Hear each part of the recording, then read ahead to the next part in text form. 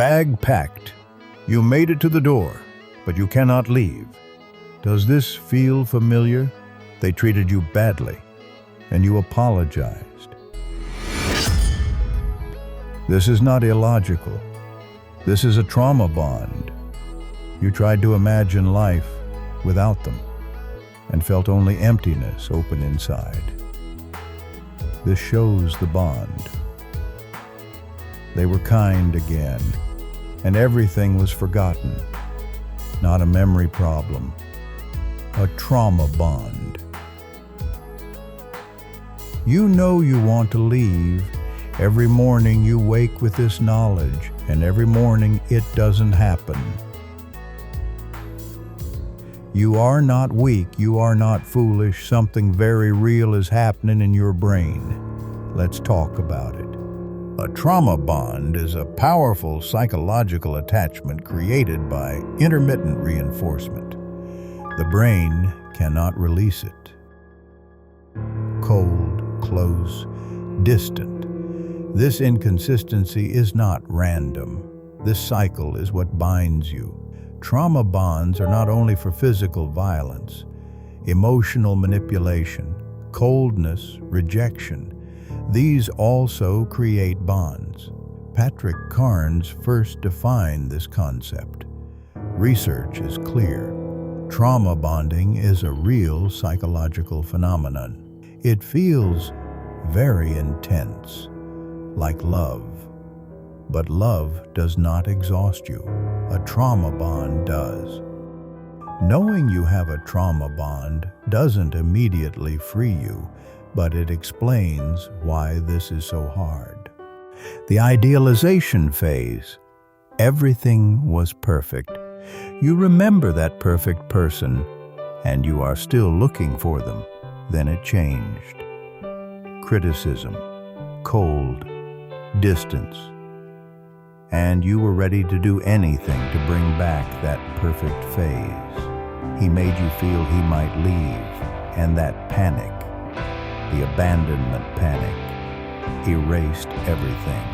He came back, and you felt that wave of relief.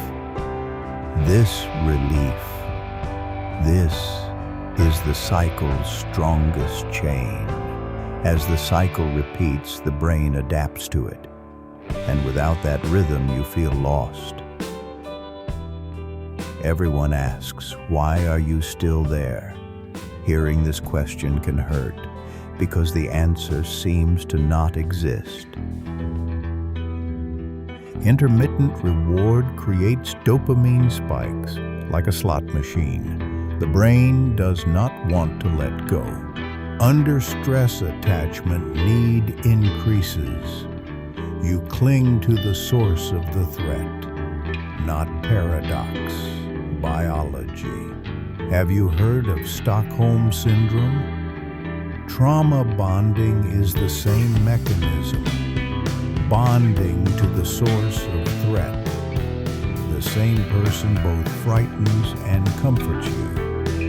This contradiction is the exact recipe for addiction. What you feel when you leave. These are withdrawal symptoms, literally.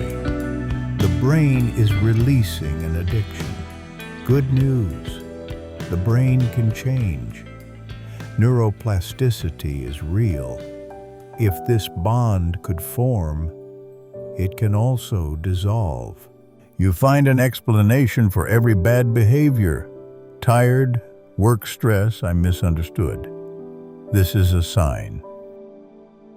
You made the decision many times, but you cannot go. Not lack of willpower. This is a trauma bond. The bad times were exceptions. The good times were real.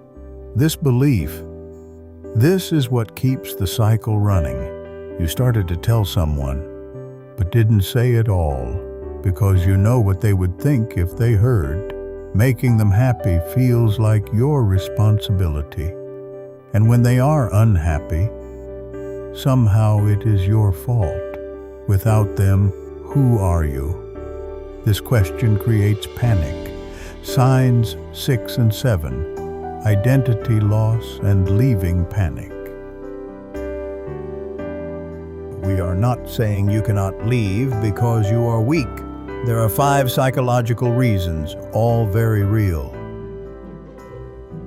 All those years, all that energy, all that hope, and leaving now feels like erasing all of it. This panic is not from today. It comes from much earlier. Abandonment fear, a childhood activation. In long relationships, your identity becomes fused with theirs. Leaving feels like losing yourself, drama. This time they really will change. This hope, this is the trauma bond's strongest chain. And there is real life, home, money, maybe children, family. These ties are also real, and they make it harder. How many did you recognize? 3, 5, all? This number is not defining you. It is understanding you. Staying in this relationship is not your weakness. Your brain was held by a very powerful mechanism. You can leave, but not overnight.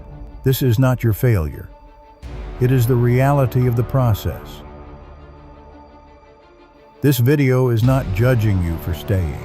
It is here to understand why this is so hard. People have left this bond, thousands of them. This is possible. And the next step, asking for help. Write in the comments, what was the moment you first said, "This is me"? You are not alone. First step, distance. No contact or limited contact. Only then can the brain begin to heal. Second step, understand. Watching this video is already part of it. Reading, researching, meaning helps the brain heal. Third step, not alone.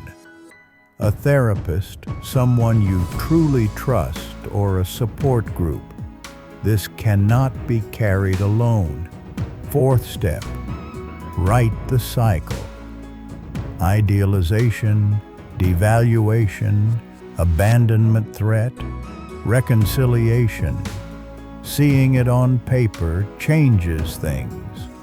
Same door, but this time your posture is different. This shift, it shows something is moving inside you. The first step, just the first step, not the whole journey. Just this one step, that is enough.